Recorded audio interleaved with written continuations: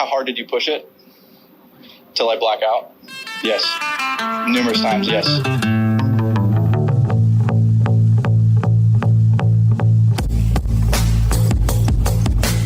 What's happening, MuniciPals? This is Chris and Ashton. What's going on, buddy? Not much, man. Haven't really left the house today at all. I don't say haven't really. I actually have not left the house at all today. And my bracket, I think I'm in 7th place, but I feel like my bracket has been totally busted. So there's been a lot of kind of crazy college basketball on, but it's that time of year. But, you know, college basketball is fun to me, but the bigger thing is college basketball means baseball is coming, and baseball is coming means the Masters is coming. So, man, I couldn't be any happier. And also selfishly, one thing we'll probably talk about today, since you got in 36 last weekend, is love the daylight savings. It just makes such a big difference to have the sun going down for 7 p.m. It was so pleasant to be able to start around at 3 p.m. and be able to finish an entire 18 before it was dark, even with the crap that we had to deal with at the end of our round, which we'll definitely get into. It was absolutely absurd and ridiculous, but golfing with Marcus is always a super fun time. So I couldn't be too upset with anything. But yeah, this week, and the last week has been, hectic as hell. Everybody getting their stimmy checked. So, a guy that works in a golf store that does club fittings and builds golf clubs for a living has been a busy man because everybody's spending Uncle Sam's dime right now. It's absolutely absurd. I didn't even think about that. Dude, last weekend we did over like $60,000 in Saturday and Sunday sales just in 2 days. We did more than we do on a Black Friday. It's absurd. Wow. The amount of golfers and the amount of people, spending money on golf. It's ridiculous. Wow. I mean, I guess I should have thought about that because people are like stimmy hits and then you go buy a new driver and you still got, half of it left over. Yeah, pretty much. It's crazy. I mean, it's great to see, and I love to see the amount of new golfers out there. Like we've said in the past, I would love to be able to snag a tee time without having to, stay up till midnight to get online and snag one before they're all gone in the morning. But, seeing the game grow in the amount of people getting into it, especially a guy that, does work with the youth and coaches. It's amazing the amount of kids coming out. I've gotten endless emails about kids wanting to join the high school team this year. It's been sick. So that's awesome. I'm so stoked on it. But yeah, this weekend played 36 at a cool facility out in Rohnert Park, Northern California, Santa Rosa area. It was definitely a weird, juxtaposition when it came to the two different courses that I played. So in the morning, me and Ash and Jack went out and played, and our buddy Dash went out and played the South course at Foxtail. And, it was a fun track. I would say it's definitely been beaten down and battered a little bit. Ash will tell you, the rough was rough.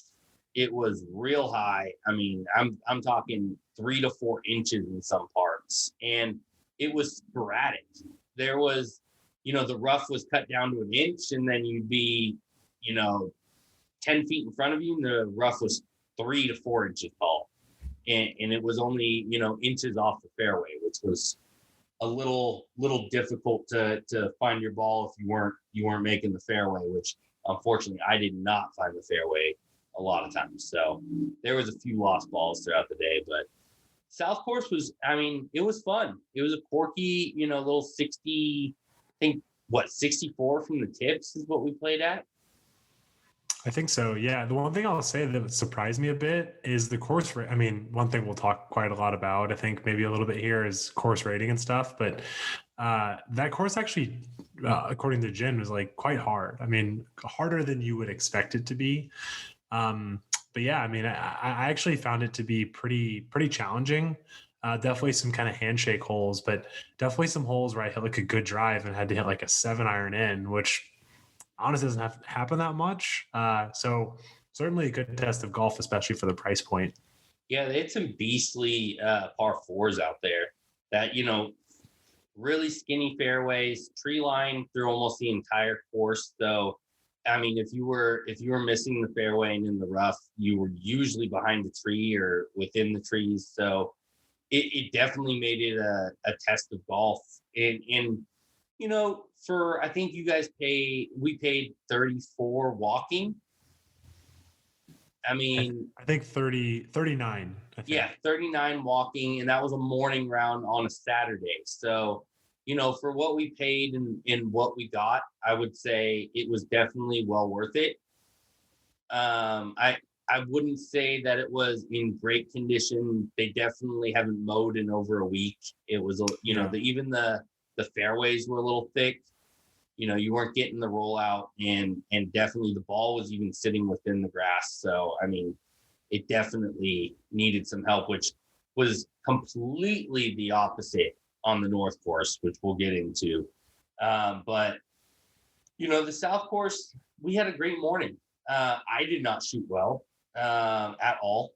It was probably one of my worst rounds I've played in a very long time. But of course, I went out there with a full set of brand new, clubs. So, the entire bag was new and not hit before. So that was, my normal MO, but I can't use that as an excuse except for my crooked putter grip.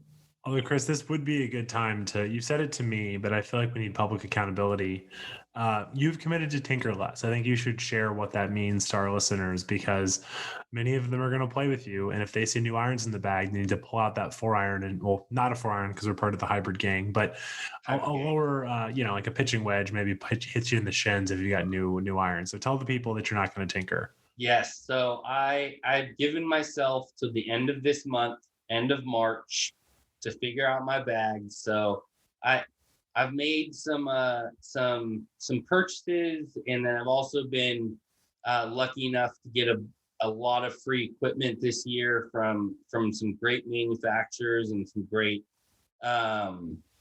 reps that I have at work that have hooked me up with some awesome stuff to tinker around with. But I'm really just trying to dial in my bag at this point and get to where I can just keep it for the rest of the year and not pull things in and out of it. So I narrowed it down to finally just 2 putters between a Bettinardi and a TaylorMade Spider X, the new TaylorMade that just came out.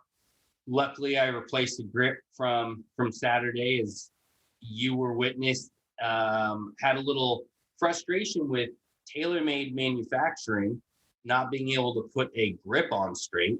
It was absolutely ridiculous. I bought this putter at work, took it straight out on the course, didn't really take a look at it. I putted with the different one, our demo that we had at work, and then I just grabbed one of the 35-inch ones and threw it in the bag, and then took it to the putting green and then handed it to you. And it was ridiculous how off that thing was. Yeah, it was pretty bad. It's also, I was joking, not joking. I actually use a round putter grip. One of the things I find that apparently one of my childhood teacher told me is lefties tend to struggle a lot with alignment. Like I've always struggled with straight lines. And I remember as a kid, a lot of, after kind of teaching me to take a divot, my dad's like, dude, you're aiming 60 yards right of your target. So for you as a righty, that would be left of your target. So super open. And he's like, you're not straight. And even now, like I play with, I've sort of learned how to play with an open stance because I hate the feeling of being shut. But yeah, that thing would have just messed me up because the hard part with the putter grip, the reason I don't use a regular putter grip is the putter grip, the face of the putter grip not being aligned at the face. I think the way yours is oriented, everything was always going to be open unless you were combating with your hands. Yep. Which is sort of not the premise of putting. Yeah, the entire 36, I was literally battling with pretty much having the forward press to close the face just to be able to hit a straight putt, which was super frustrating. And I guess I figured it out by the time I got to the North course, because I shot 78 compared to my 90 in the morning. So, you know, I guess I figured it out, but it was super frustrating. But got a new grip on there, all good to go. It's gonna be money next round. But yeah, you know, whole new bag. I was playing the new Epic Speed driver. I was playing the new Cobra 3-wood. I was playing the new, you know, Ping hybrids and in the copper, you know, Cobra Tour irons. I mean, I even had the new Cobra wedges in the bag that haven't even technically come out yet. So, you know, there is some fun stuff in there, and but you know, I think I finally have come to, you know, a realization, found out what is working, and I think I've found the makeup that I'm going to have. So I don't think you're going to see too many changes in the next couple of weeks. It's working well for me. So. Well, two things. One, for people at home, Chris recently posted a picture. His idea of consolidating is he has 2 golf bags. So to be clear, when I say he's now saying 4 golf bags. So the point is, when I have consolidation, like you can look behind me. I've got the set I use. I've got a 3-wood. I've got a 4-iron. And then soon there's going to be my 5-iron as I transition to that hybrid. So my tinkering is like, I'm going to go play a course where I want to hit it low. Maybe I'll punch a 4-iron. Chris is like, I've consolidated. I have 4 other golf bags. So first of all, I'm going to call bullshit there. Second of all, I got to flex for a second. Dude, after what happened on Saturday as far as betting, change your bag every fucking week. I don't care. It felt very good to go out there on a $39 golf course and make $110 off your ass. You fucking roasted us in skins. This was fucking ridiculous. I think you were up 12 skins before we got to hole 14, which is like, I had the first 2 skins of the day. Yeah. And then I had 0 skins the rest of it. So yeah, well, it was because you step up on the first tee and I go, we're gonna play skins, and as you're putting your ball on the ground, you go $2 a hole, $3 KPs, and all of a sudden our eye just kind of snapped. She's like, wait, what? And then I railed one down the middle, and that was about. You did. Yeah. I mean, my driver was on point all day. Everything else for that first round was not. Although as your friend, I would still say you should stick to that sim. No disrespect, I'm a Callaway driver man myself, but that sim I think is something special. But again, it's the season of getting calibrated, baby. The season of getting calibrated. Getting calibrated, and you know, I think I need to spend some time on the range with both of them and really see which one. For sure. You know, because to be honest, I mean, even Marcus was seeing on the North course when he came out and played with me in the second round. I was hitting that thing off the toe, and it was still going 265 and rolling out to 280 off the toe. Yeah, that's what I've heard. It's sort of like the Maverick, but harder to miss. Yeah, which definitely makes my spidey senses go, because I love my Maverick, but if it's harder to miss. I even had Marcus questioning his driver, which he destroys, because he borrowed it and took a shot with it and outdrove himself by like 15 yards. Well, that's the one thing about being a lefty. It's good that no one can ever use my clubs, and it's bad because I never get to try y'all's. And that's true, because I always have something new, so that's always a good thing. Yeah, because I mean, man, like I would be like, oh, man, you know what? I'll just buy that Epic Speed off you if you're going to use your sim. But it's like, nope. And actually, for our listeners at home, Chris is a very sweet man. He's tried to buy me multiple gifts 2 different times. One time he bought me some gloves from work. He bought them, they're left-handed gloves, meaning they go on your left hand, which for the, if you're thinking about it, is wrong because the gloves for me as a lefty go on my right hand. So that happened once. Yep. And then there's the famous 2i hybrid. And Chris found a 1 version. He goes, I got you a gift. And I was like, well, that's for you, right? He goes, no, it's for you, my guy. And I was like, well, bro, like, I appreciate that, but it's right-handed. You guys don't even know how excited I was. When I was super excited work, too. I was zooming in and like I was hoping the orientation of the picture was wrong. Like, which way is that face turned? Because honestly, that thing, because I struggle with my 3-wood, that would be a perfect addition to the bag. Like I would hit that thing 250. It would be money for you, and it had the exact same shaft that you still have in your I mean, it's a dream. It was the perfect club, and then I was like, well, I guess this guy traded in this high bore that I got for $10 at work. So I've got this crazy 1-iron hybrid that One that thing I to might think tinker about, around with. none of our listeners are trying to listen to us do a club build on, but No, that could be a fun shaft to throw in a hybrid to see. I mean, if that shaft works once, it could work again. But yeah, we'll see. We'll see what happens. I might save that shaft for you in case you ever break yours. So then you might have the second one, and then I might put a modern one in there and just see what happens. That's a homie move right there. Yeah, for sure. Yeah, then you'll have yours forever. Yeah, for sure. But I think to put kind of a pin in Foxtail, I think we both agree for South, because I'm going to let Chris talk about North and it'll be kind of the theme of the pod. But South is a great experience. I also got to give them credit. There were a ton of people there. Pace of play was fantastic. Yes. Like, I think that's the two things for me. Good greens, pace of play. I mean, we were playing pretty fast. Like, we finished our 9 holes in 1 hour and 50 minutes. And the guys behind us were like on us the whole time. And even on the back 9, we actually stopped to grab lunch, and 2 groups passed us while we were waiting for lunch. And the lunch service was very, very quick. 2 groups passed us. And then by like 14, we had this foursome who was like all over us. But again, I don't really care. I'm more giving them kudos. Like, the fact that they can have that many people on the course and pace of play is that strong. Massive shout outs. I would say to all our listeners, go check it out. $39. You know, greens were good. We should mention that. Like, conditioning was a bit rough. Greens are actually pretty good, rolled true. And they make a decent hot dog, right, Chris? So, you know, I think the hot dog wasn't bad. I gave it a 6.3 out of 10. It was sounds decent. bad. No. If you're over a 6, you're a solid hot dog. I don't rate my hot dogs too high. There's not a lot of them that are going to get into the 8s and 9s.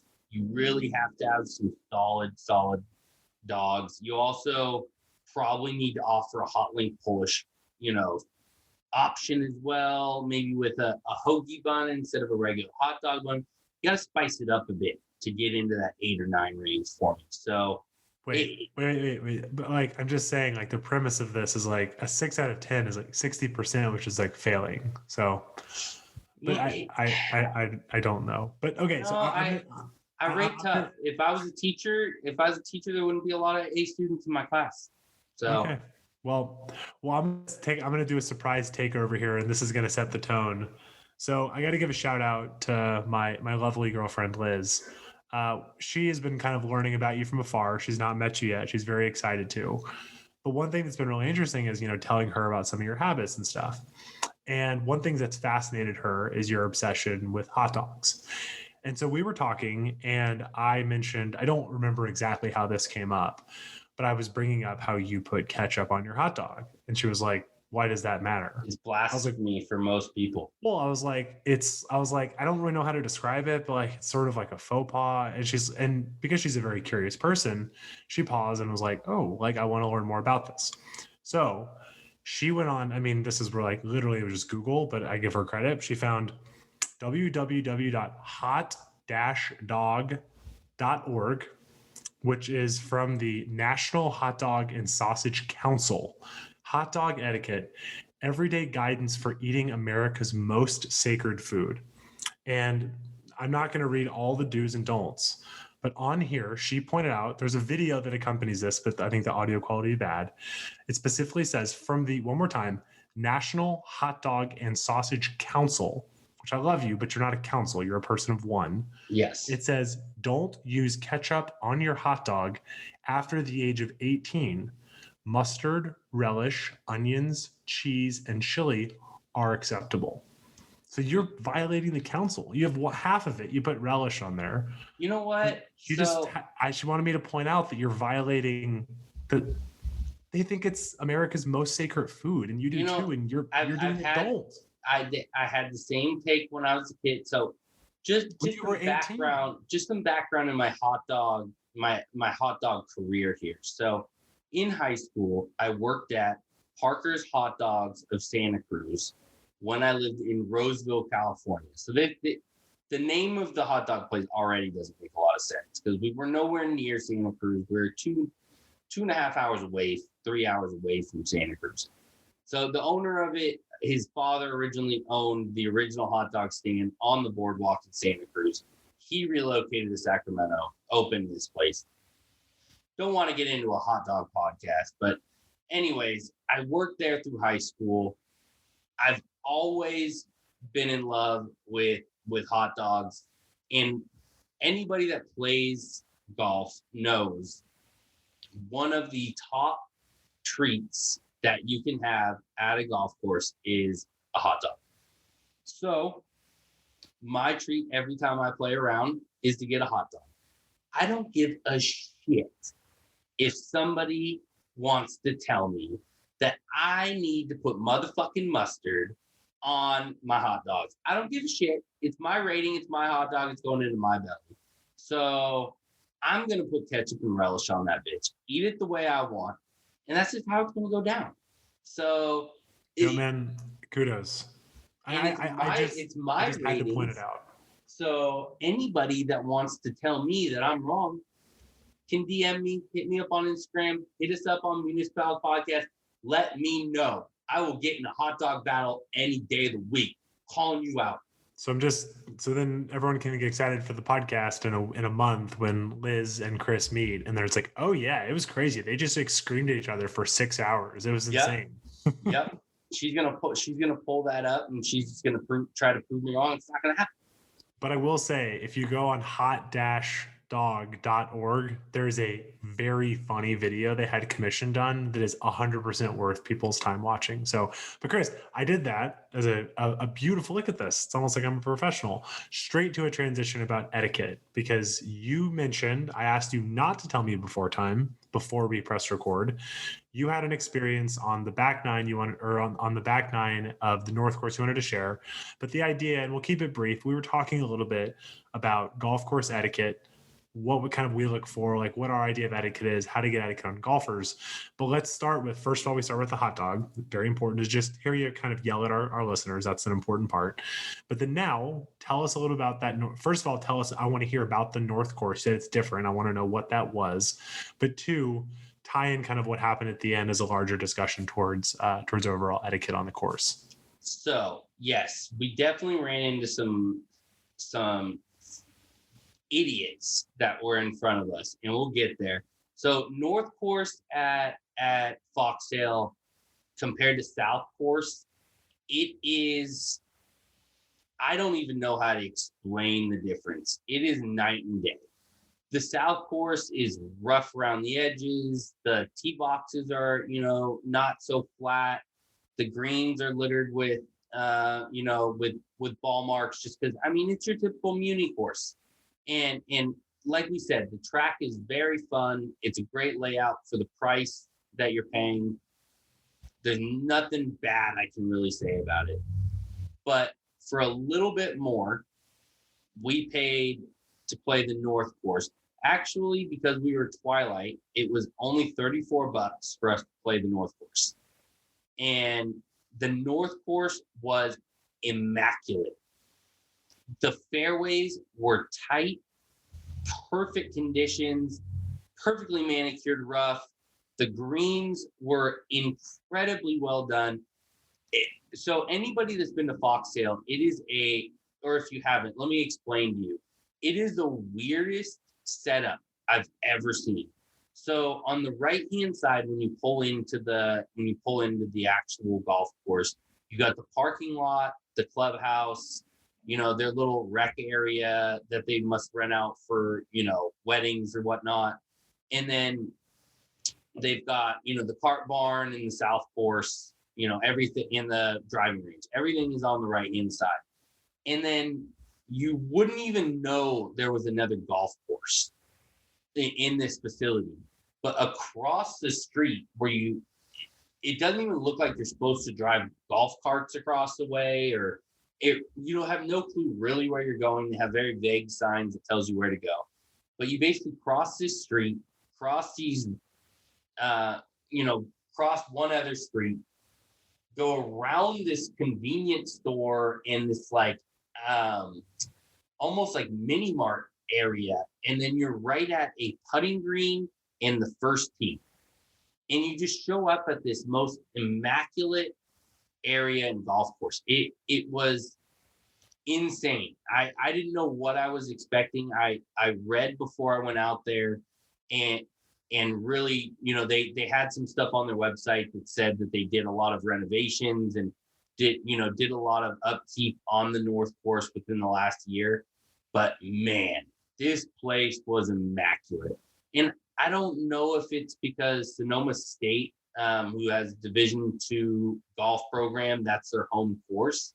I don't know if they have anything to do with it, or that, the upkeep, they must, pay a little bit extra, or, donate to the course to keep it that way. But this place was freaking insane. I mean, me and Marcus went out there, and unfortunately, Ashton had to go back to the city. He had some prior engagements with Liz and a birthday party to get to. Jack, on the other hand, our producer, had no fucking reason not to be playing. Light him up. This guy just bitched out and had no real excuse of why he didn't want to come play with Marcus the Great in Big C. Like, it was ridiculous. Did he ever give you a reason? Never gave me a reason. Drove 2 hours from the South Bay all the way to Rohnert Park to play 18 holes in the morning. Your drive's not even that bad. Like, you drive from the city to Rohnert Park. It's like 45 minutes, right? 45 minutes, yeah. Yeah. I mean, for me, it's about an hour. But for him, it's an hour just for him to get to me or you. Then it's the extra hour to get to where we were at. So this guy drove 2 hours to play 18 holes and had no reason not to play again with us. So, I mean, you know what? He missed out because he played the shittier of the two and then got to drive a crazy long way home and then see all the pictures and post it. Me and Marcus decided to post throughout our round. So hopefully Jack is jealous and upset and hurting inside because he missed the better of the two. The best part of this is he's got to listen to this before our listeners do. So he's true. Yeah, he's gonna feel feelings long before anyone else does. He's got to edit this roasting that I just gave him. So hopefully next time he makes the proper decision to stay and play with his homies. But man, Chris, you're I'm not gonna lie, between the hot dog and this, this is a sassy podcast. I'm hostile. And now we're moving to etiquette, where it's we're probably not about to. This isn't about to be a better look. Probably the emotions are going to be coming out even hotter, I would imagine. These guys flared me up on this round. I mean, so hit me out. Tell me the story. We're starting off the round. We've got this really great guy. I think his name was Matt that played with us. Sorry if you ever do listen to the pod, which we told him about it and said he'd check it out. If I got your name wrong, I apologize. Sickest guy. Southern California surfer vibes in living in Rohnert Park. This guy was great. Me and Marcus had a blast playing with it. But so we're getting through to about the fourth hole. We catch up to the group that's in front of us, and it's two walkers and two older gentlemen that are kind of just hacking it up and, taking their sweet time. And so, we're in no rush, but, we catch them on the tee box on the first par 3, and the guy we're playing with rolls up to him and asks him if we could play through. And they give us the weirdest vibes and just basically say, well, there's a single in front of us that was holding us up. And we kind of all look at each other, and where we were at, we could see the next 3 holes, and we could see there's no one in front of them. And we're just like, first off, anybody that knows golf etiquette, there's nothing wrong with allowing people to play through. First off, I don't know anybody that wants somebody to be on your ass the entire time you're playing. It makes you feel rushed. It makes you play worse. It's not enjoyable to have somebody on your ass the entire time. So to just let somebody play through, especially on a par 3, it doesn't take any time. We would have teed up, hit, putted real quick and got out of their way. It would have been no excuse. They would have never saw us the entire round. But because they didn't do that, we were on their ass the entire round, and they had to deal with us multiple times. So they give us this bullshit excuse. We're just like, whatever. We brush it off. We just start chatting and let them finish the hole. We play through. Then about 2 holes up, we run right into them again on the tee box, and they kind of try to. You just said you played through, so you did not play through. I'm sorry. We played through the par 3 after they finished. So Okay, we did you not play through the group. Okay. We did not play through the group. We finished the par 3, then we finished the next hole, and then after that hole, we caught up with them again, and we could tell they were rushing off the tee box, so they didn't have to have us approach them. So we're like irritated and frustrated, and it's just kind of getting a little bit annoying. After we said that, they did speed up for a while, and so we didn't have to wait too much for the first 9. Then the back 9 came around, and every single hole, they were basically just about 100 yards out into the fairway by the time we got to the tee box, almost every single hole. So it was one of those things where it's like we weren't close enough to ask them to play through, but we were having to wait 5 to 10 minutes almost on every tee box so they could. And there was nobody ahead of them? There was nobody ahead of them. It was ridiculous. I don't understand. So, that can't be fun for them. That's what we were saying the entire time.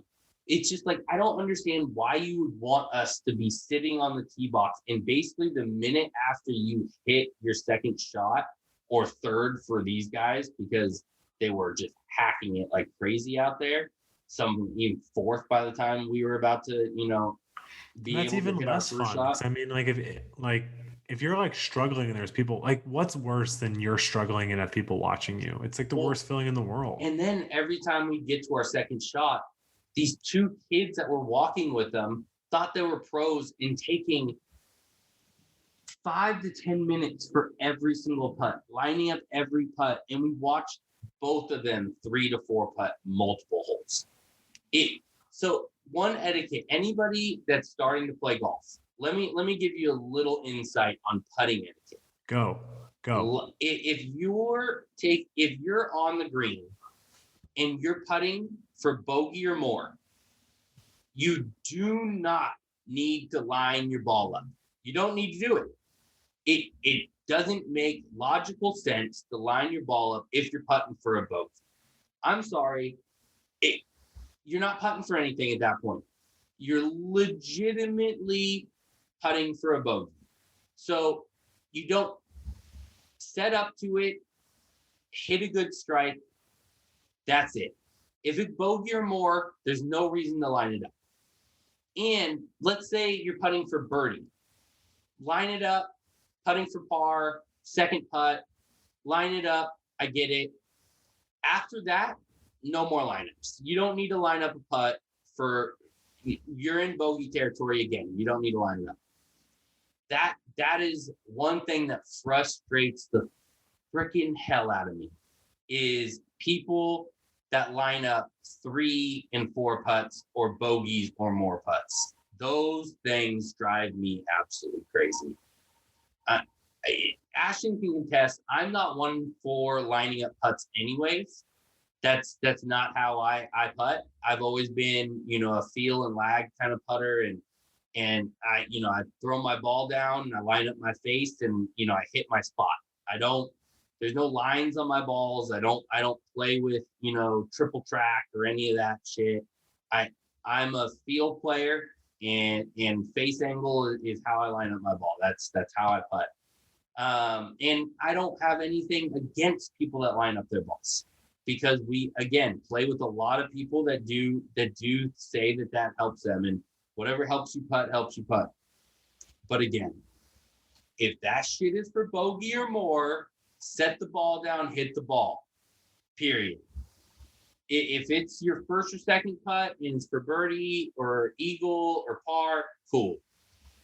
Bogey territory, drop it and hit it. I mean, it's out of control, like how slow the pace of play gets when people, think that they need to line a ball up with every putt. It's absolutely crazy. Anyways, so after we're dealing with this and watching these guys line up 4 putts, 5 putts, it's ridiculous. We finally get to the 16th hole, and it's starting to get dark. And it's probably 7 o'clock at this time. We lose complete light at 7:30. So anybody that plays golf knows, I mean, it takes about 10 minutes for 3 people to play a hole. It's fairly fast to play a par 4 or par 5. So these guys are lollygagging on this hole. It's absolutely crazy. So finally they get out of the way. We finish the hole. We get to 17, and they are just leaving the tee box when we get there. On 17, there's a house on the left-hand side that has balls for sale. I'm shitting you not. These guys pull up to the house while we are sitting at the tee box. They haven't even gone to find their ball at this point. They pull up to the house and they proceed to spend 10 minutes picking out balls out of this fucking ball retriever thing that this house has hanging on their fence. This shit is nuts. I can't make this up. This isn't a real story. I am not making this up. And so now all 3 of us are livid because it is now 7. Dude, why didn't you just hit? I'm getting there. So I'm gonna go back on mute. So we're furious. I throw my ball on the tee, throw it in the ground. These guys are going across, trying to find their balls now, and I am livid. I light a ball up straight down the middle. I smash it. These guys, they're such fucking hackers. They're in the rough on the right hand side. The other guys are in the rough on the left hand side. They're hiding in trees, trying to find their fucking balls. It's just a disaster at this point. So I light one straight up down the middle. Matt, the person we were playing with, lights one up right into the fairway bunker right next to mine. And Marcus lights one up just past mine. So we start bolting out there. Next thing we know, we see these fucking guys in their carts pop out of the trees and then pick up mine and Matt's ball out of the fairway and out of the bunker. And so now me and him are livid. We're like, what the fuck is going on? Then these guys take off down the fairway, turn around and throw balls back at us and say, oh, my bad. We thought that was another ball. So at this point, I'm like yelling at these guys. So for those of you who can't see Chris's face, his eyes are as big as dinner plates and he looks like Wolverine right now. I am fucking livid at this point. One big no-no when you're playing golf, if it's not your ball and there are other people within a hole's length from you, either coming at you on another hole or behind you, do not pick up the ball. If it is not yours, it could be anyone else's in play. Do not pick up the ball. These guys, first no, they pick up both our balls. And at this point, we definitely hit into them because they were being jackasses the entire round. I'm not one to hit into people. I don't think it's good golf etiquette. And I will say that first off. But because these guys did not have the proper etiquette to allow us to play through where we would have already finished this round and we would have been done 45 minutes prior to this moment, we were furious. And so while we were dealing with this on 17, 2 other groups decide to pass us and go to the 18th tee box and tee off. Well, we're like dealing with all this shit. So these guys, I drive up to my ball. We're yelling at these guys, telling them, like, just get the fuck off the hole. This is ridiculous. You guys are taking way too long. We're trying to finish this round. So basically these guys, I mean, I'm not a small guy. I'm 6'3", 260 pounds. I'm a big boy. You know, Marcus is similar to my snowflake of a co-host here, and he's not the biggest guy, but Matt, the guy we're playing with, is very similar to my size. So these guys seeing us roll up probably weren't stoked about it, or thinking that there was two giant men playing behind them, but they definitely didn't want the smoke, because Matt rolled up to him and personally laid it into him. And then that was it. They made another bullshit excuse up on 17. Then they jetted off to the 18 tee box. At this point, the other group that jetted in front of us while we were dealing with the shit on 17 is now in the middle of the fairway on 18, taking their sweet ass time. So by the time we finished 17, the two walkers definitely didn't want anything to do with these two guys that were in carts that were causing all the issues. They decided after 17 to just go. They didn't even play 18. They were just like, yeah, we're done. We don't want to fuck with this. So these guys, they were gone by the time we got to the 18 tee box, and these two jackasses were trying to find their balls in someone's backyard on the left-hand side. By the time they figured this out, another etiquette issue. So let's get into this. When you're riding in a golf cart and one of your partner's balls is on the left-hand side of the fairway and your ball's on the right-hand side of the fairway, drop your boy off at his ball with his club and his club for his next shot, just in case, and then go to your ball. Nothing infuriates me more than when people are riding in a cart and they go ping-ponging back and forth across the fairway, hacking it 75 to 100 yards, back and forth, back and forth, back and forth, and driving to each one of your ball individually. It drives me up the fucking wall. I get livid. So these guys fucking around on the left-hand side. So one of their guys hits the ball. Then they drive all the way over to the right-hand side. While this is happening, they're sitting at the right-hand side while this group that jumped in front of us is finishing on the green. And just like I was talking about with this group and the two walkers lining up their 4-putts, the group that jumped us is now taking 15 to 20 minutes on the green. And my group is now yelling at the people on the green to get it moving, because we literally are in pretty much darkness at this point. And we're just trying to get our round in.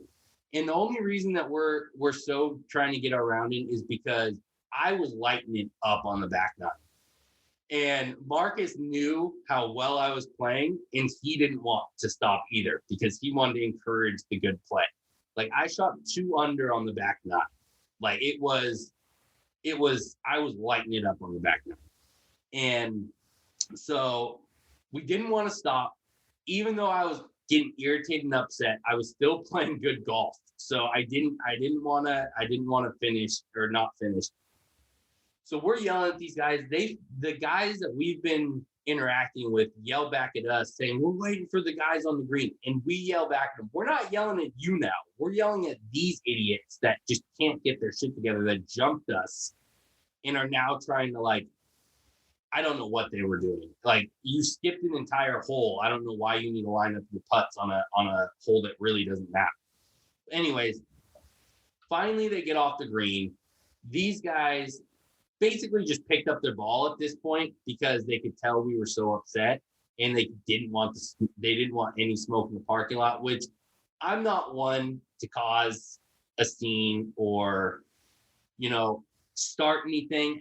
There wasn't going to be any smoke in the parking lot. I wasn't going to try to beat up a couple old men. Like, that wasn't the angle here. I wasn't trying to, none of that was going to happen. I just wanted to be able to finish our round. And these guys, if they had proper etiquette, would have let us pass, and we wouldn't have ever had any of these issues. We would have been done and gone already. Anyways, we finished 18.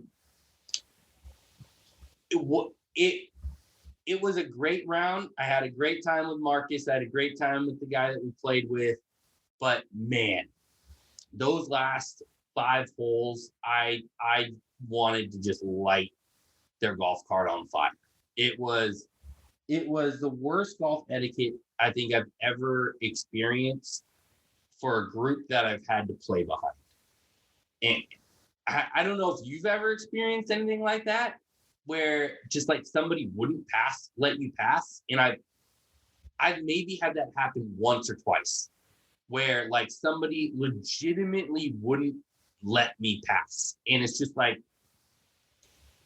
do you have an explanation why somebody wouldn't let you pass? No, I mean, I think that it must be, I guess that it's if you don't play golf and you think so, like you think that that's like an alpha move, like a dominance thing. Because I think it's from all you have to do is to be, because I think the hard part about this situation for me is always, like we've said several times, it's just unenjoyable for everyone, right? It's not fun for you because you're waiting. It's not fun for them because you're right there the whole time. I think it just must come to a lack of experience in the dominance thing, right? I guess. And that's the only thing me and Marcus could chalk it up to, was they must have thought that we were trying to, I guess like throw a power move on them, or, say that we were better than them, or I don't know how you would take that, because I've always been raised a certain way. And the way I've been raised is, if you're playing slow or playing leisurely, that if another group is playing faster, you let them go.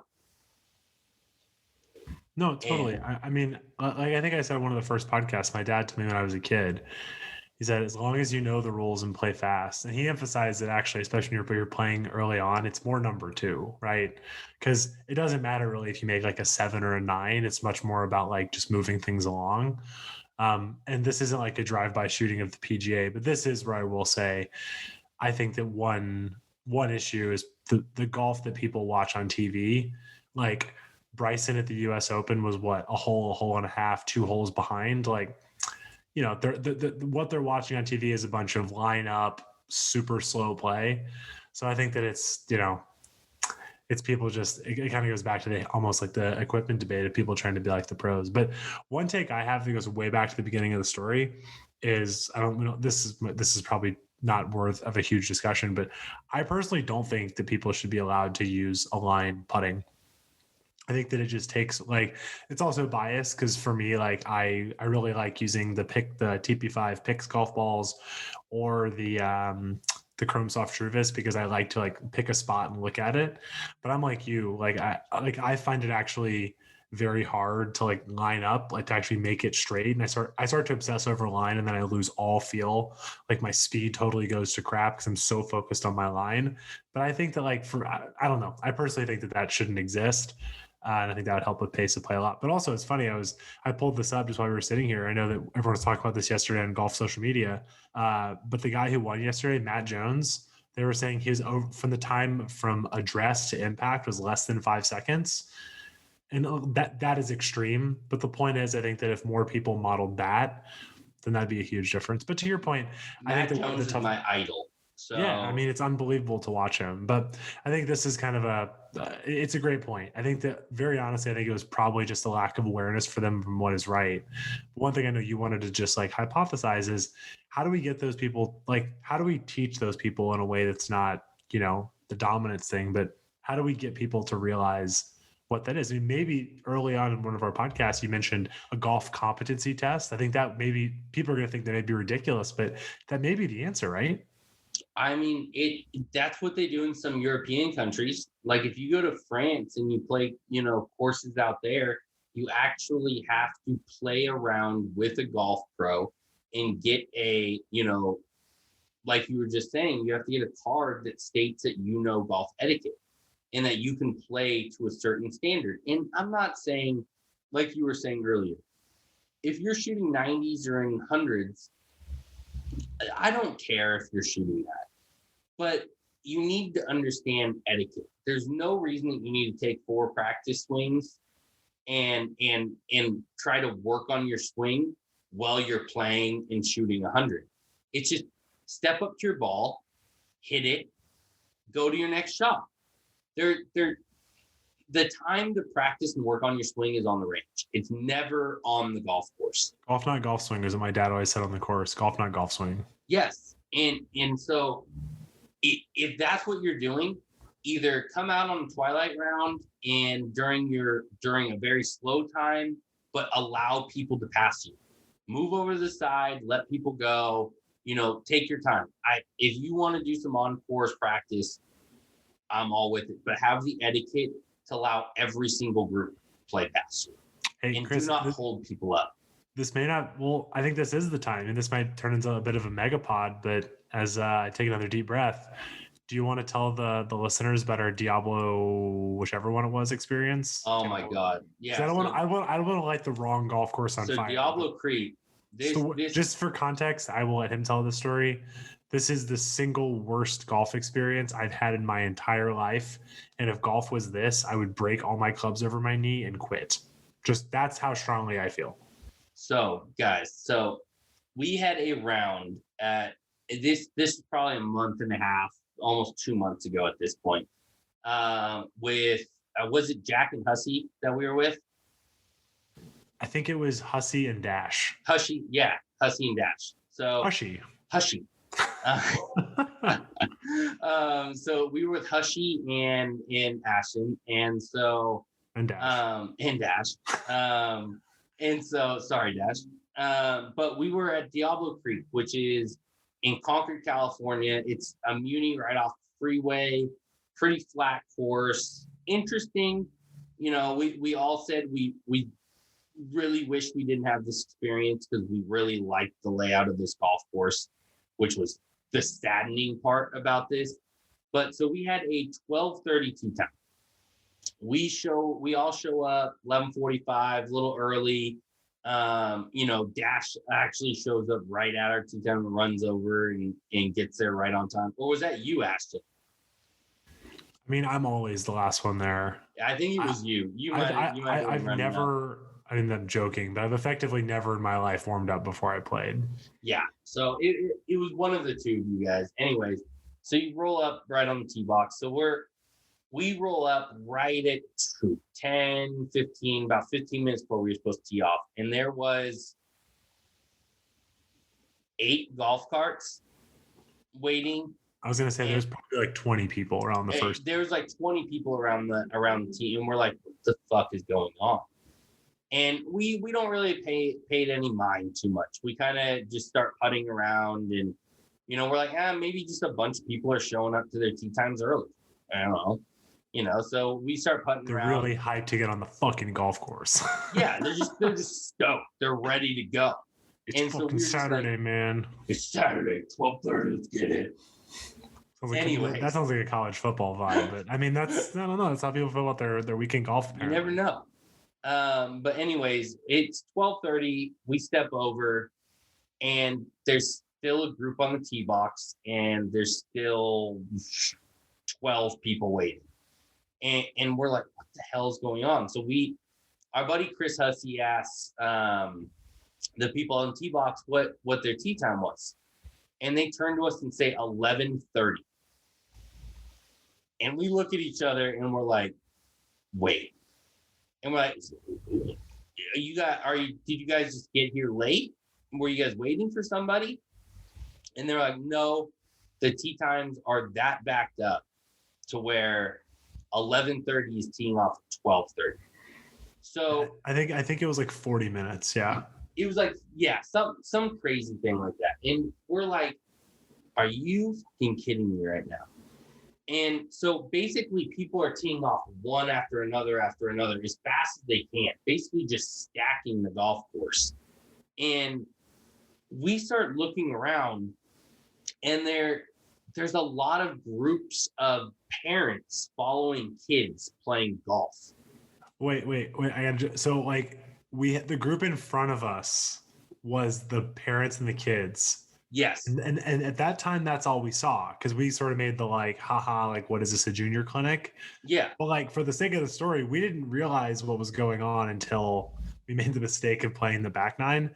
Unless you had that revelation, I was like, wow, I cannot believe there's like a parent and kids. No, I kind of had sneaking suspicion since I'm a coach and kind of understand what happens prior to like US kids and AJGA events.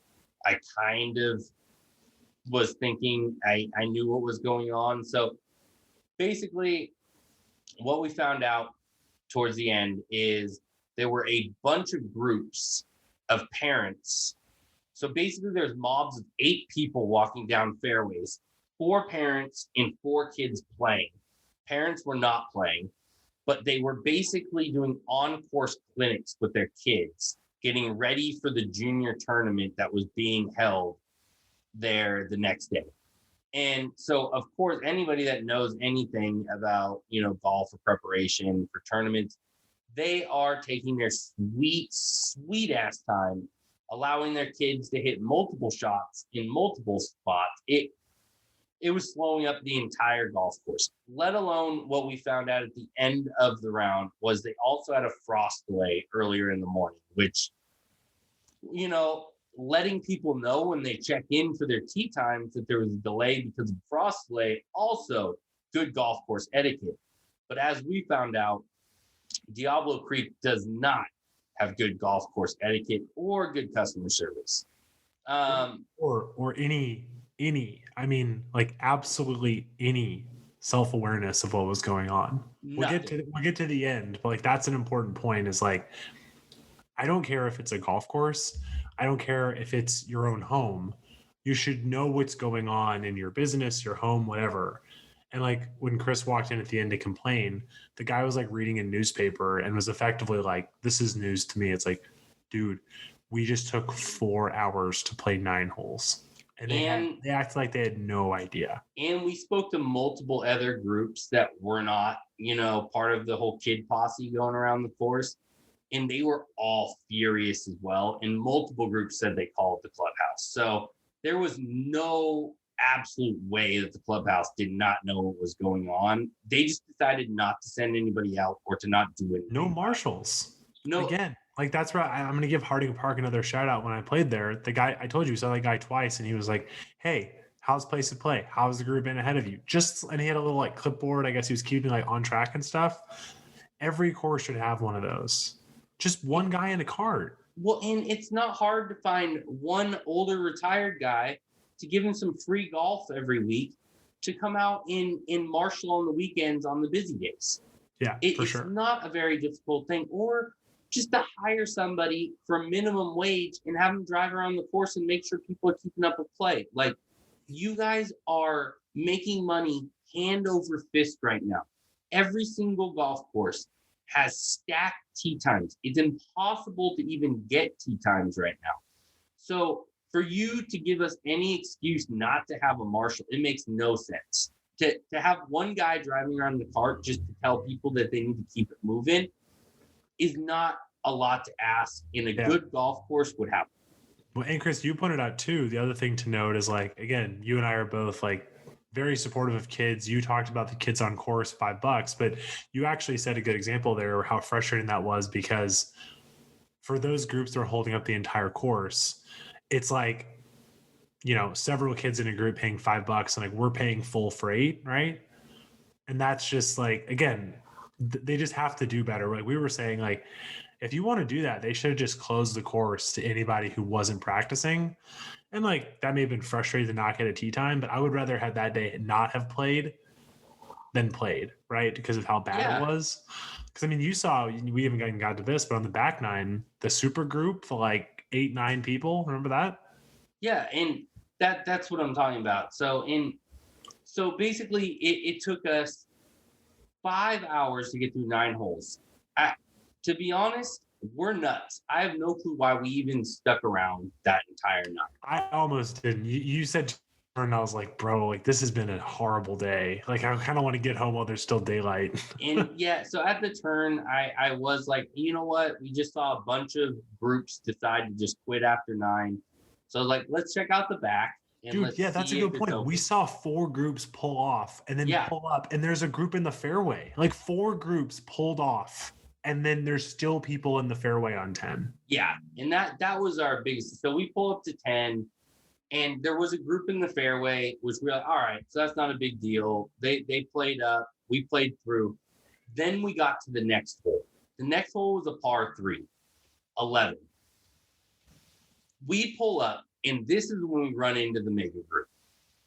And this is when I'm getting frustrated. So no, wait, real quick. 11 is actually that par 4 with shit on the side, and then that's when you saw, and then 12 is when we headed back that way towards the green. So they were playing the par 3. They were playing the par 3. We were going to 11, but exactly. We were waiting at the tee box. The par 3 was now getting stacked with 3 different groups waiting at the There was tee like box. 9 kids on that team. Yeah.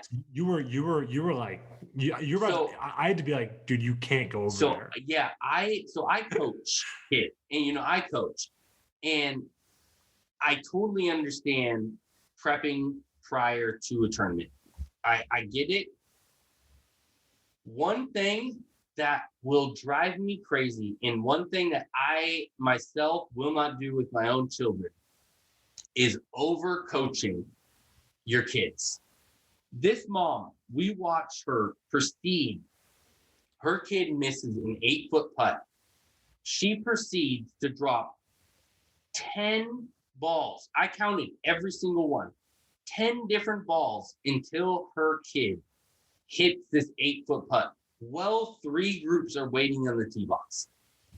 I then yell out, pick up your ball, keep it moving. And I'm yelling at this group. We're not even on their tee box.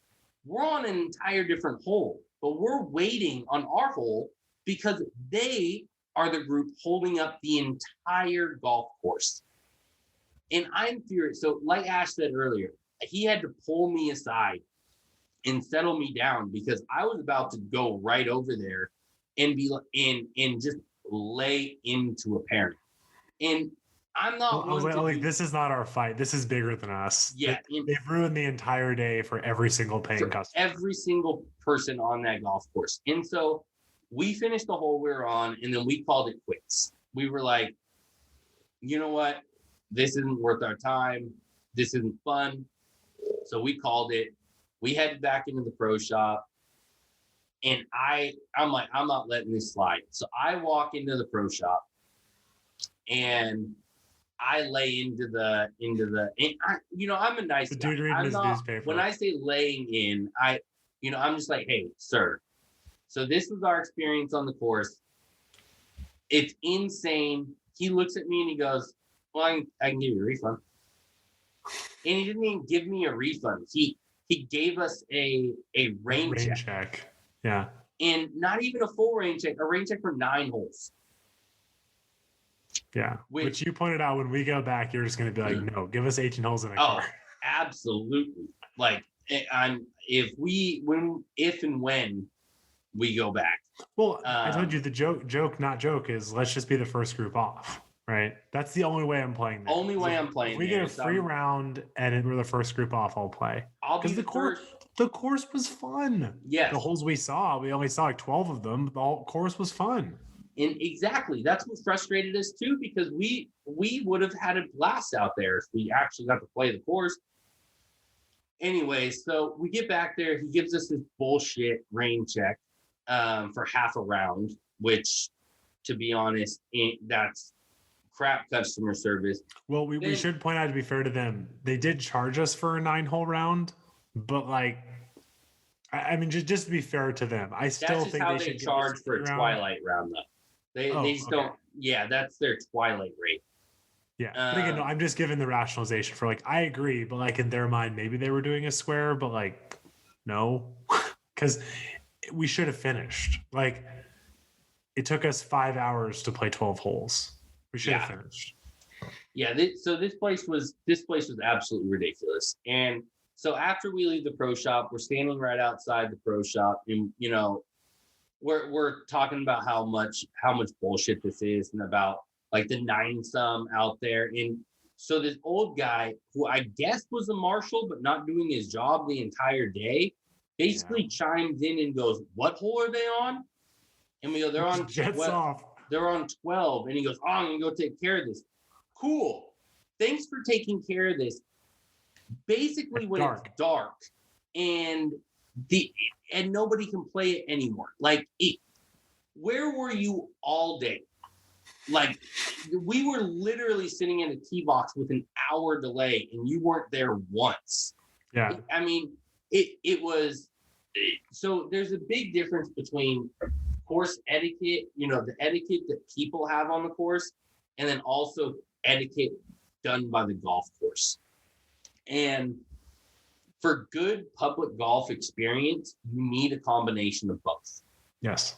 You need to have a golf course that's going to call people out on their bullshit and their bad etiquette, aka having a marshal or having signs like at Rustic Canyon to create good pace of play, which unfortunately we didn't experience great pace of play on our last round. But on the Sunday that we went out there and played, they told us, if you're going to tee off at this time, you have to finish in 4.5 hours. That's not going to make everybody finish in 4.5 hours. There's going to be people that are going to say, bullshit. I'm going to do what I want. But at least saying that, and at least being like, you have to finish at that time, and like making it a point, that's at least something. We're like, Diablo's just like, yeah, we'll take your money and we're going to have 7-minute increments in between tee times.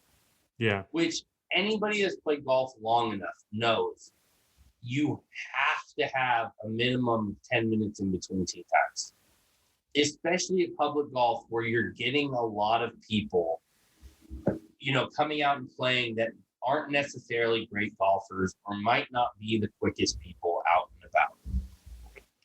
You got to give them a little bit of space so that everybody has an enjoyable time. If you're stacking tee times and you're putting people out one after another and it creates a clusterfuck, people aren't going to come back. And yeah, right now, everybody wants to play golf and they're just kind of taking it under the chin when they have bad experiences. And if that's their only local track, they're going to keep going out there, even if they have bad experiences. But guess what? Me and you have played golf long enough to know that golf goes in flows. And there's gonna be a time. I mean, we'll still be playing, but yeah, I mean, I think I really think that like when everyone's like vaccinated and stuff, like we're gonna see a dip in golf because people are gonna be doing other stuff. We're not, but like other people are. Yeah, that 30%, 40% uptick that they've had during COVID and all this time, and all these people that have taken their grandparents' golf clubs out of their garage, regripped them and started going out and hitting the ball, those guys are going to throw the clubs right back into the garage and never look at them again. Probably. And the people that support the courses and do create, or did think that was their home course and treated it that way, are probably going to find another place to play.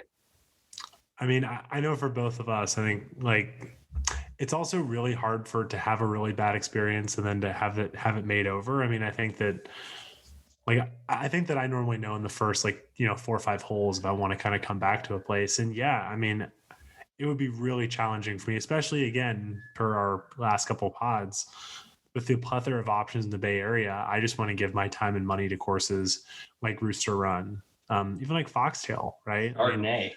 Yeah, for sure. I mean, again, at that like $30 to $60 range of those bodega, like there's going to be actually one thing really fun is like when COVID is air quotes over, to do like what's kind of your list of cool, in the Bay Area, these are going to be like my staples, right? Like this is going to be the places I'm going to come back to. Of course, excited to explore more, but there's certain places like Chardonnay. I mean, I think when you play there next Saturday, it's my 4th time.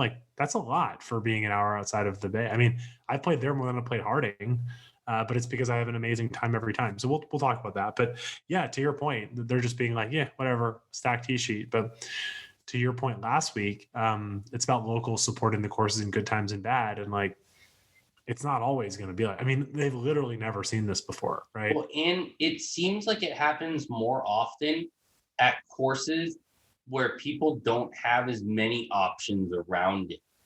So Diablo Creek is in Concord. There aren't, so anybody that lives in the Bay Area or visits the Bay Area, or you know what, even in your hometown, if you're not in our area, you've had courses close, and a lot of courses over the last 10, 20 years, we've seen a lot of shutdowns through golf, and a lot of courses closed, developed into houses, all those kind of things. And unfortunately, the Concord, Antioch, Pittsburgh area has been hit hard for that, and they've lost 4 to 5 courses over the last 10 years. So Concord really only has Diablo Creek. There's one other 9-hole course that's really short, and Buchanan Fields right by this little private airport.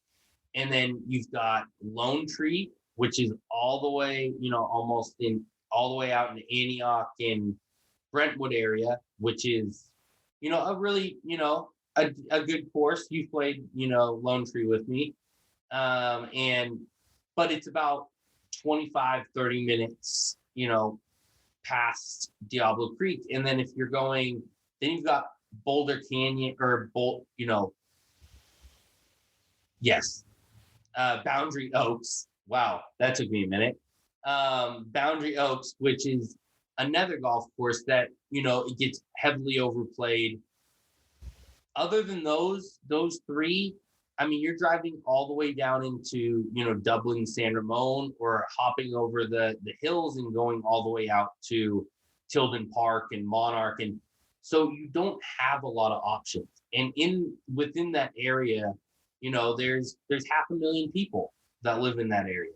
So to only have 2 golf courses to really choose from, it gets impacted and overrun a lot. Yeah, but I'll tell you though, I mean, one thing, I'm super excited to play River Pines with you, the course that I kind of rediscovered golf at, and is all my buddy Nick knows, who we've talked about on the pod before. But one of the things that I love about River Pines so much is their marshals are very nice, but like pretty militant. Like they run a tight, like I told you, if you're like in the second fairway lollygagging, they'll come yell at you on the second hole. But when I've asked them about why, they like, and I'm not asking a golf course to like feel grateful. I'm not trying to imply that. But like when I've talked to some of the marshals out there, they're like, we understand how important golf is during this time, right? We know there's a whole bunch of people, but they're like, because that area, similarly, like Johns Creek, like for context, like right across from my dad's house, basically, is Atlanta Athletic Club, like very exclusive, very private, right? The area he lives in is very heavily saturated with private golf. Country Club of the South, Atlanta Athletic Club, a lot of places like that. River Pines is really one of the only public options. And so people from, I would say, a 30-minute radius all gravitate towards River Pines. And there's also a bunch of retired people. So for example, it's like impossible, like literally impossible to get a tee time before like 11 o'clock on a Saturday, because all the old dudes, like there's people like literally, like there's guys who have the same tee times every day that aren't even tee times. It's like they just like show up like literally when there's enough light and they just let them go. Yeah. Because they have like a membership where you pay like a certain amount a year and you get to play. But the point is to say, I love River Pines because their philosophy was, if we're going to be this busy, we've got to make people play. And so it's kind of funny where it's like the same idea as, what we're talking about from our experience, but they're like, it's a full tee sheet, we'll stack it and we'll just let's see what happens. River Pines is like, no, you're welcome to come play. But we're going to light your ass up on number 2 if you're slow, because there's people who need to have a good experience behind you. It's like, amen. Like that's where the golf course should be doing it right. Again, River Pines was $40 to go play, a replay rate that was like $10. And with marshals, keeping like, we never, ever played over a 4-hour round at River Pines. And like on a Saturday at 10:30 to like a 4-hour round, that's pretty awesome. So that's kind of the same experience, but with a golf course. They were very nice, but they would just go yell at people on number 2. And like, I think that's awesome. And I would say that's probably the biggest thing I would say about Bay Area golf is 90% of the courses I never see a marshal. And even the more expensive courses you play, I don't see marshals at. And I wouldn't say that I have that often of a bad experience with slow play. through a lot of the courses in the Bay Area, the majority of people do know how to keep pace of play, or if they don't, they are at least playing with somebody that keeps them going. But these courses, especially on the weekends, need to have somebody out there to keep it going. And that's why I'll give mad props to Karika. Karika Park always has marshals. I wouldn't say they're the most friendly marshals. We've experienced some, marshals that are a little harsh out at Karika, but they're always keeping you moving. They're always keeping it going. Same with Spanos out in Stockton. We played out there on a weekday, and they had a marshal driving around, keeping it moving, keeping everybody going. And in those, it's just needed. I mean, if if America and American public golf is not going to force people to take a etiquette quiz or, teach people the proper ways of playing the game, then, we need somebody out there to at least keep people moving. Because golf is one of the only sports that let's really think about this. Golf is one of the only sports that you can just pick up and you can kind of go out and play. Baseball, you kind of need a group of individuals that know what they're doing to kind of organize a game. Football is kind of in the same realm. You could throw a football around, but you at least need to get a group of people together that know how to organize an actual game. Golf, you can kind of go out there not knowing what you're doing and hack it around and kind of make your way around the course. Yeah. But you're going to infuriate a lot of people that do know what they're doing.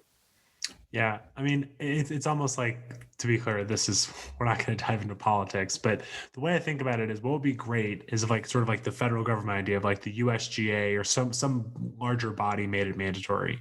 But the way to think about it is these golf clubs, almost like states, like kind of like states doing the work. Right. And I think that there's little things that we can do and we can kind of put a pin in this after this, but I think that certain things I know that like one thing I really appreciate at Presidio is when they give you your scorecard, they also have a big tub of these like nice, like honestly, like shockingly nice. Like I would pay like $5 for one, but it's like a $5 divot tool. And the person's like, please fix your ball marks. And so that's where it's an opportunity. Like most people who never play golf don't even know what a divot tool is. Yep. They don't even know how to fix a ball mark. Like I know, like this is on me. It took Nick like 3 months to be like, oh, I watched YouTube video how to fix a ball marker. I was doing it wrong. But my point is just like, if they could have a marshal to move things along, hand someone a divot tool and say, ask them to fix. These are just some little things I think could really, really help. But yeah, I mean, at least at this point, like we're probably not going to have some nationalization, but I think the thesis here is, again, like really see more advocacy from golf courses. And then the other thing too, to take personal accountability. I think the other thing too, for those of us who know what we're doing, well, two things. I think that it's not on us because again, we're trying to have a nice Saturday. It's not on us to play like the rules enforcer game, right? And honestly, I'm not a fighter. I don't want to get in a fight or anything like that. The bigger thing that I realized at Diablo was I think that we should just start calling the pro shop and Bay Area courses. If you're on number 2 and there's a three car pileup effectively, just call the pro shop because I don't believe that that guy didn't know that people didn't know. But like when he said that, I was like, man, you know what? Like in that moment, we're like, it'll get better. I think it's on us to we can't do much, right? But I think that what we should do is people, they just call and make sure that at least they know what's going on. And then I think we can give them a fair shake where at least it's like, hey, they tried to make it better or not. And I think especially because the whole point of this podcast is making sure that our listeners can have good recommendations. If we're going to light a course on fire for pace of play moving forward, we should also be more proactive. And we called the pro shop and let them know. And this is what we noticed after. So we'll kind of always make sure, because again, I think for me, when it comes to public golf, you're probably the same, Chris. It's value, greens, pace of play. If we've got those three things, we're cooking with gas. And for example, that's why it's so much fun at Foxtail. The rough was weird. We were losing balls just barely off the fairway.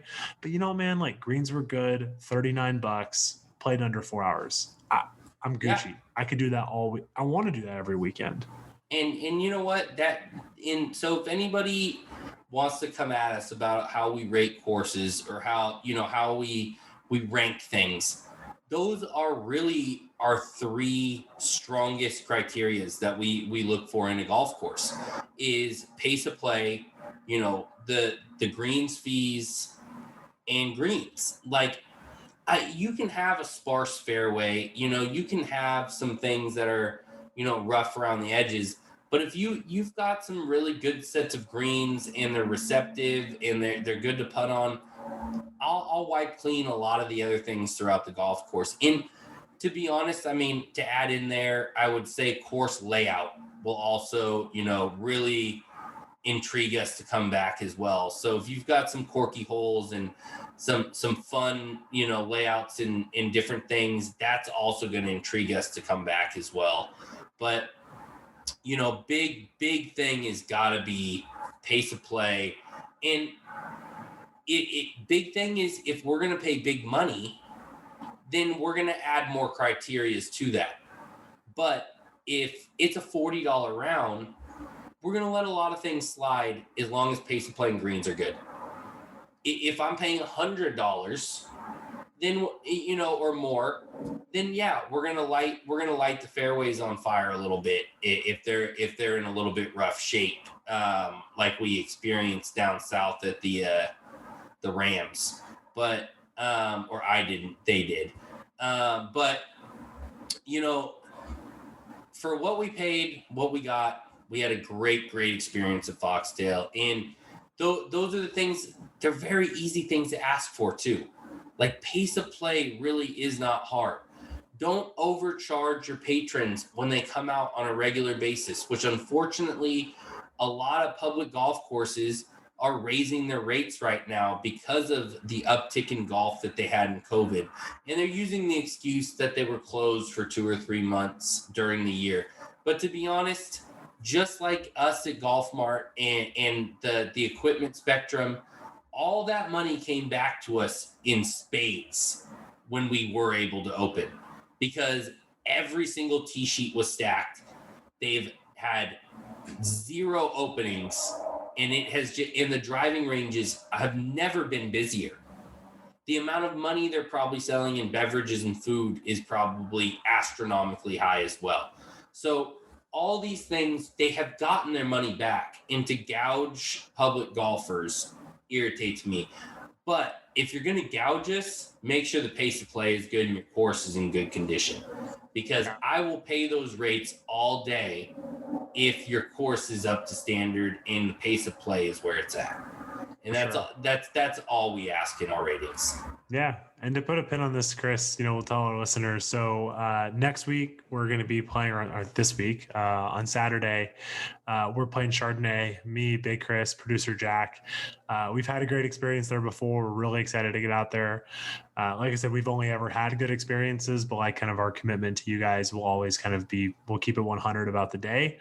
So yeah, I mean, Big Chris, anything else? I think just a good round on Saturday and a good kind of thorough detail pod coming next week, where I think we should also, moving forward, we can also, when we're talking like Chardonnay, is also make sure that we're, like really kind of giving more like, what was your favorite hole? What really engaged you?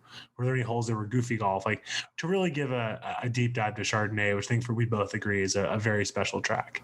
Absolutely. And that's so leading into more of our pods coming past this. And now that we're through, our introductory phase of, entering this podcast spectrum, and I think we're going to start diving more into focusing on single golf courses or multiple golf courses just on one episode, and really give you a full deep dive on what our thoughts were in the architecture and history and the people that run the course, and really give you guys a behind the scenes of these courses that we get invited out to. Because Bob, our guy out at Chardonnay, who, reached back out to me through, through our Instagram MuniciPals podcast, invited us out, and I'm really, thankful for Bob, to letting us out and getting to experience one of our courses and highlighting one of our favorite courses in the Bay Area. So